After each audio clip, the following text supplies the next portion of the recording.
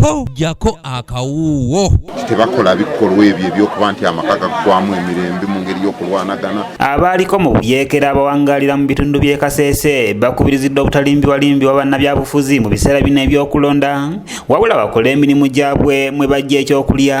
Nitwenda abantu kukola sizoni ejja ya covid na politics muleke kugira ngo nimwiza kumomu bwa sente okulinda abaana nk'abeesimbiro abakulonda obululu babaleetere sente babaleetere ebyokunywa muzo mu politics obululu mu buteere abantu banyu mbasagike bamukusapootinga konka mulebe ngu nemukumomu kandi mukole emirimu yanyu nemulinde eka zanyu nemuzireberera gye nemulinde abaana ati abaana tebakoza asomero nemuleba ngu mwine responsibility y'okuleba ngu abaana tebakuzanzaala. Bino bibakubiriziddwa Kapiteni Ronald Sekatawa omukwanaganya w'ekitongole ekibudabuda abaazirwanako ki Amnesty International mu Uganda bw'abadde awaayo ensigo za vanilla eri abaaliko bamukwata mmundu basobole okunyikira mu bulimi.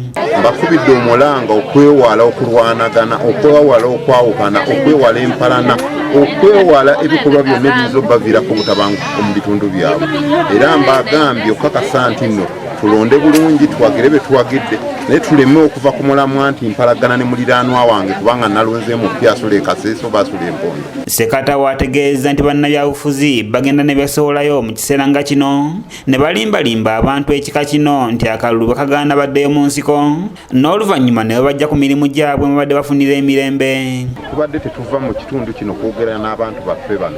Abantu bangi nnyo amalindiriza agaagala okukozesa abantu bano abava mu nsiko. Naye ffe nga commission tuli ku ground nga n'ebitongole bya gavumenti ebyo by'okwerinda eby'enjawulo bituyamba. Tuli ku ground okulaba nti abantu amalindirizi tegakozesa abantu bano babuzaabuza kudda mu nsiko kulwanyisa gavumenti eteri mulamwa gwonna.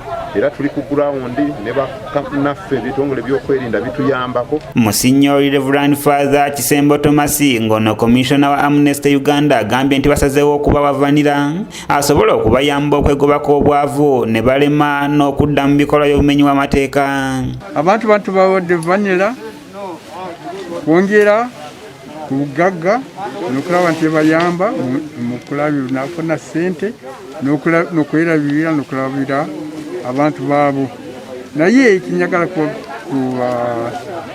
kubulira tuli mu kulonda bangi bajja kubagamba bino byona tibirina mugaso. Kisemba agamba nti abantu batafuna bye bakola kiba kyangu nnyo abeenoonyeza ebyabwe okubalimbalimba ne bajja ku mulamwa. Babalimba tugende tulwane kuba kati akalulu kanalema abamu bayinza okusala kugenda okulwana. Naye nze nandiwadde amagezi nti okulwana tubali mu kivaamu kujjako ovaamu okwongera okulwana. Abantu abasoba mu 3 mu ggombolola eno ey'ekitolu be bafunye ensigo za vanira wabula ssentebe w'eggombolola lino n'ategeeza nga bwe bakyetaaga ebintu ebirala bye basobola okusimba. These people also need other planting materials like beans, maize, cassava cuttings.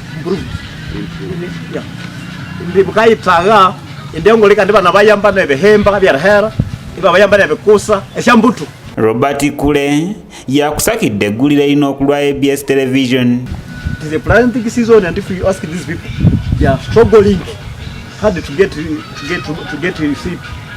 Others will not even get seed now.